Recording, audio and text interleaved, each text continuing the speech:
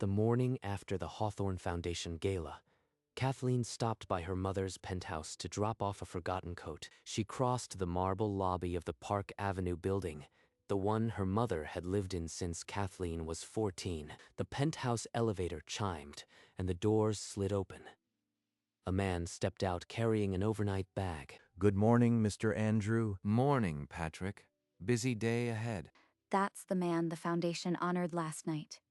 What is he doing here at 9 in the morning with a bag? Patrick, the doorman who had been there since she was 14, had just greeted a man her family had honored at a charity gala 12 hours earlier, as if it were perfectly normal. Why would he be leaving my mother's building with an overnight bag? The morning after the gala. The pieces snapped together in her mind. The charity gala, the overnight bag, the doorman's casual familiarity. She forced a smile, handed the coat to Patrick, and walked out of the lobby. But the image of Mr. Andrew with his overnight bag had already burned itself into her memory. Kathleen's apartment was silent. She stood by the window, still wearing last night's dress, the coat she'd meant to return now forgotten. I watched him on stage last night. They all praised him. And this morning he walked out of my mother's building with an overnight bag. She had been at the gala in a black silk dress, clapping as Mr. Andrew accepted the Foundation's award for service. He said he believed in the Foundation's mission.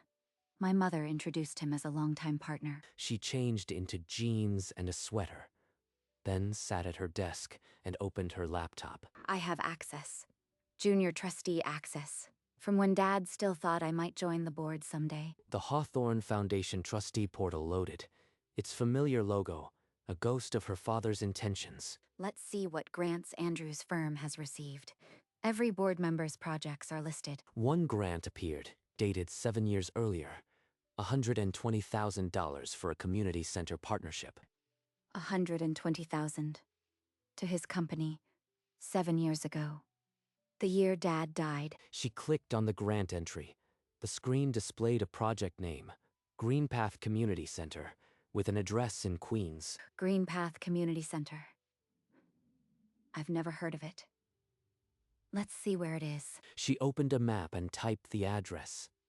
The satellite image showed a vacant lot between two warehouses. That's not a community center. That's an empty lot. She checked the Foundation records for any reports or photos of the project. The database showed no monitoring visits, no completion certificate. The grant had been fully dispersed 7 years ago.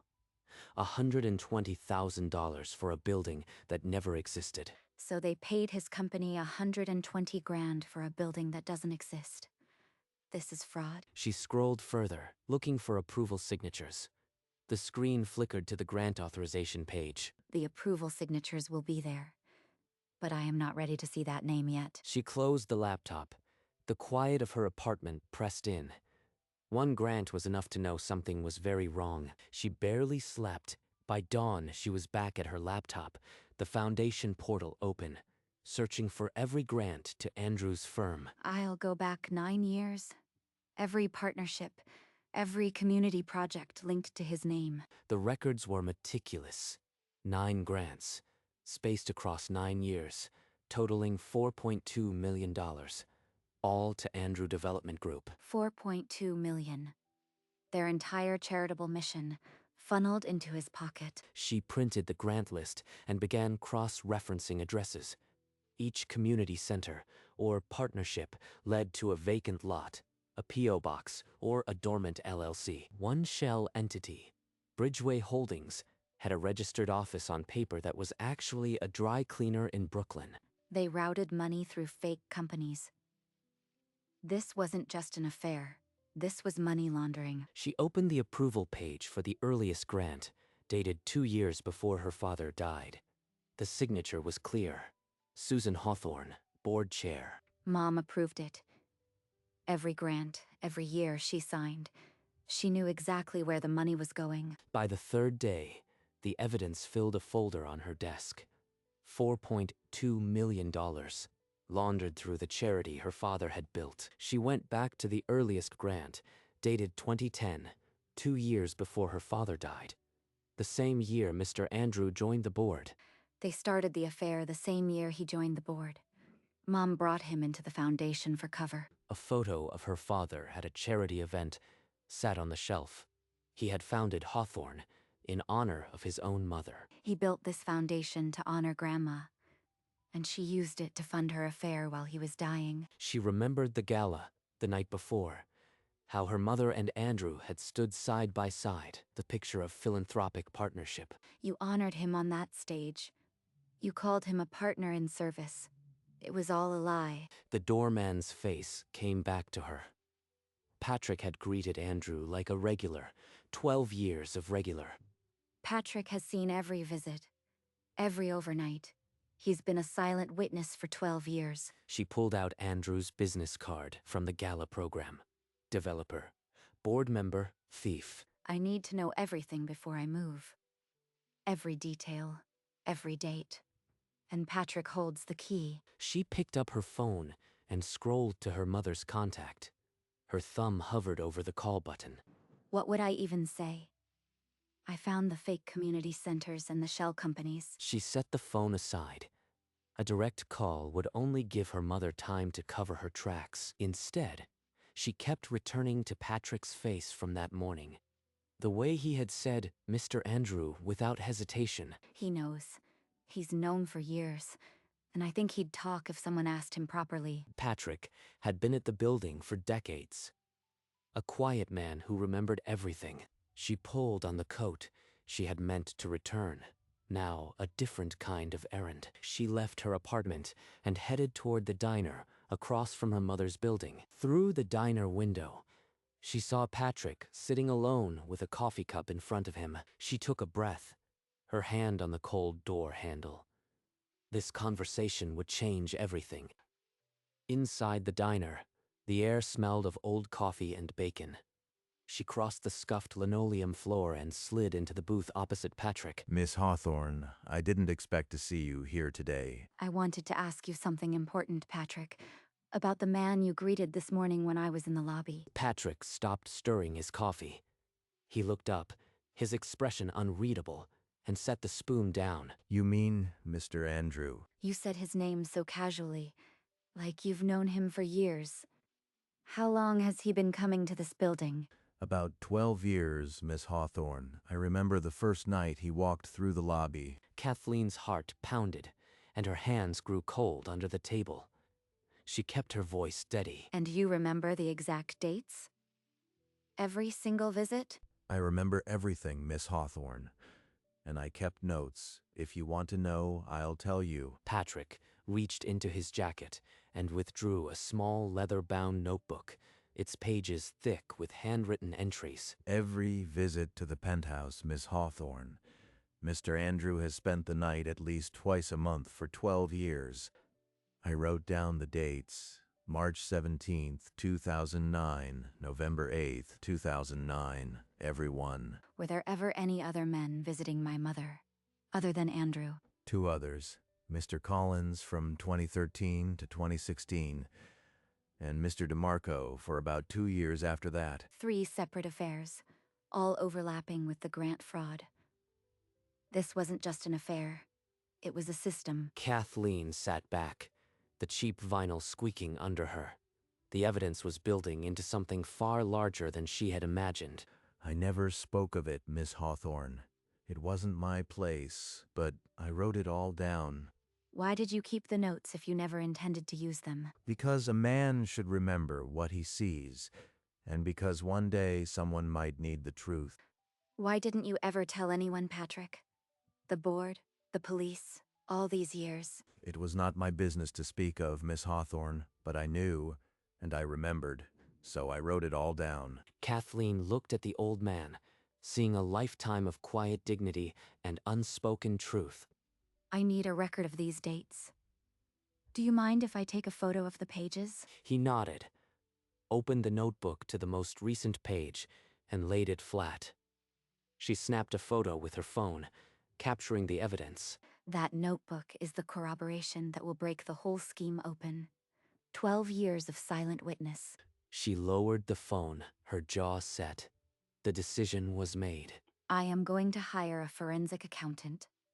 The foundation has been laundering money through these affairs. That would be the right thing, Miss Hawthorne. She stood up, extended her hand across the table. He shook it with surprising strength. Then she walked out alone into the bright morning, her resolve like steel. By the following afternoon, Kathleen sat in the glass-walled office of Mark, a forensic accountant with a reputation for untangling dirty money. Your call was intriguing, Miss Hawthorne. Tell me what you found. Hawthorne Foundation, chaired by my mother, has issued over $4 million in grants to a single board member's company for projects that don't exist. She handed him a USB drive containing the grant records and the photo of Patrick's notebook. And the signature authority for these grants? My mother's. Every single one. I've cross-referenced the addresses. They're vacant lots. Or shell offices. I'll need to trace the money trail. If it's as you say, the paper evidence will be damning. I need it to be airtight. This isn't just theft. It's a 12-year money laundering operation tied to an affair. Give me 72 hours. I'll have a preliminary report. As she stepped out, Mark was already opening files, his focus narrowing. The machinery of accountability had started. 3 days later, Mark called Kathleen back to his office. His report was ready, and his face held the weight of it. The money didn't go directly to Andrew's firm. It passed through 3 layers of shell companies before landing in his personal accounts. On the whiteboard, a spiderweb of entities, Bridgeway Holdings, Greenpath Partners, and others, all traced back to one man. Each shell was registered to a different nominee, but the beneficial owner is Andrew, and the grant timing corresponds exactly with the Doorman's log. So the whole 12 years of affairs are baked into the money trail. The foundation paid him like a payroll. Mark slid a thick-bound report across the desk. The cover read, Hawthorne Foundation, Forensic Audit Findings. This report is legally sound.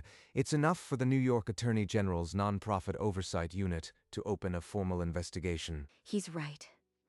If I hand this over, there's no turning back. My mother will face prosecution. The whole world will know. You asked for airtight. This is airtight. But you are the one who has to decide what to do next. She lifted the report, its weight more than paper. The evidence was incontrovertible. Now she had to choose. In her apartment, Kathleen sat with the report closed on her lap.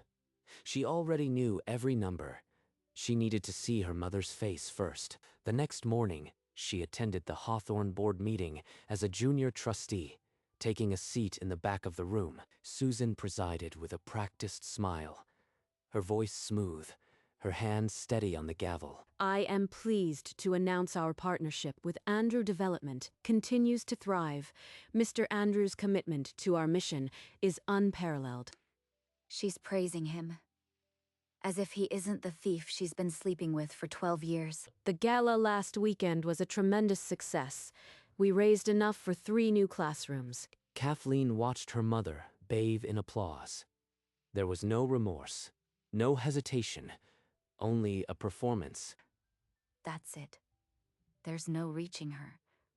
I have to protect what Dad built, even if it means tearing her down. Mark, it's Kathleen. Finalize the report. We're taking it to the AG first thing tomorrow. Mark agreed. Kathleen set the phone down. The decision was made. Mark made a call to his former colleague, now lead investigator for nonprofit oversight at the AG's office. They were granted a meeting the following morning. Kathleen barely slept, the weight of what she was about to do keeping her awake. At 10 o'clock sharp, Kathleen and Mark entered a wood-paneled conference room on the 6th floor, where a senior investigator waited. This report outlines a 12-year pattern, $4.2 million, funneled through shell companies directly to Andrew's personal accounts. And we have corroborating testimony. A building doorman kept a private log of every overnight visit by Mr. Andrew for 12 years. She slid the photograph across the polished wood. The investigator compared the dates to the grant dispersal records. Each transaction aligns perfectly. The scheme began 2 years before Gerald Hawthorne's death and continued unchecked. After an hour of questions, The investigator closed the folder and looked directly at Kathleen. A formal case number was assigned, stamped on the cover of the report.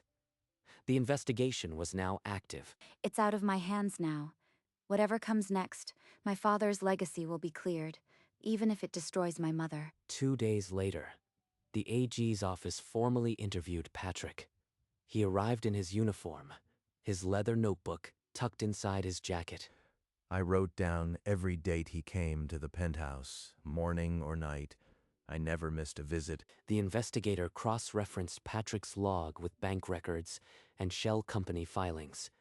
The alignment was surgical. Meanwhile, a broader search revealed that Andrew had served on 2 other charity boards, each showing the same pattern of grants to his companies. One of those foundations had already launched a private investigation, unaware their star board member was a thief. The AG's office called Kathleen with an update.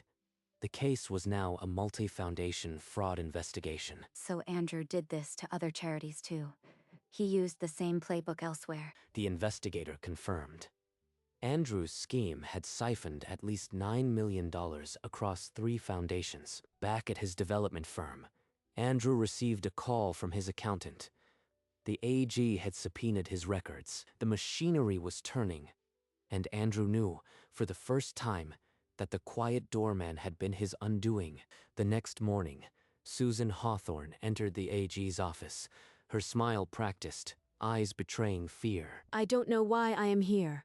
I've done nothing but serve the foundation. The investigator laid a photograph on the table.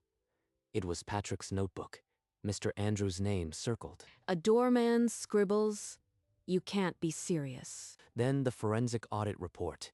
Shell companies, fake addresses, her signature on every page. I signed what Andrew asked me to sign. I didn't know the projects were false. The investigator's voice was firm. Your signature is on every grant. The only question is whether you will cooperate. It started as an affair. Then one grant. I couldn't stop. I'll cooperate. I'll give you Andrew. Just don't let them destroy the foundation completely. Susan signed the cooperation agreement. Across town, Kathleen's phone lit up with a text. She's cooperating. Within hours of Susan's cooperation, arrest warrants were issued for Andrew. Officers surrounded his midtown office as he tried to leave. He was walked out in handcuffs, his face a mask of shock as reporters shouted questions about the fraud. In her apartment, Kathleen watched the breaking news on her television. Andrew's face filled the screen. That's him. The man who stole my father's legacy in handcuffs. She felt no joy, only a hollow validation. The man who had smiled at the gala was now a criminal. At his arraignment, the next morning, Andrew pleaded not guilty. The judge froze his assets and set bail at $2 million. His lawyer argued the case was built on a doorman's scribbles, but the prosecutor presented the forensic report. Patrick took the stand in a preliminary hearing, his leather notebook as Exhibit A. He answered every question with quiet precision. Meanwhile, the 2 other foundations filed civil suits, seeking restitution. Andrew's scheme had damaged them all. For now, Andrew was in custody, separated from the world he had manipulated for 12 years. She opened the secure email from the Attorney General's office.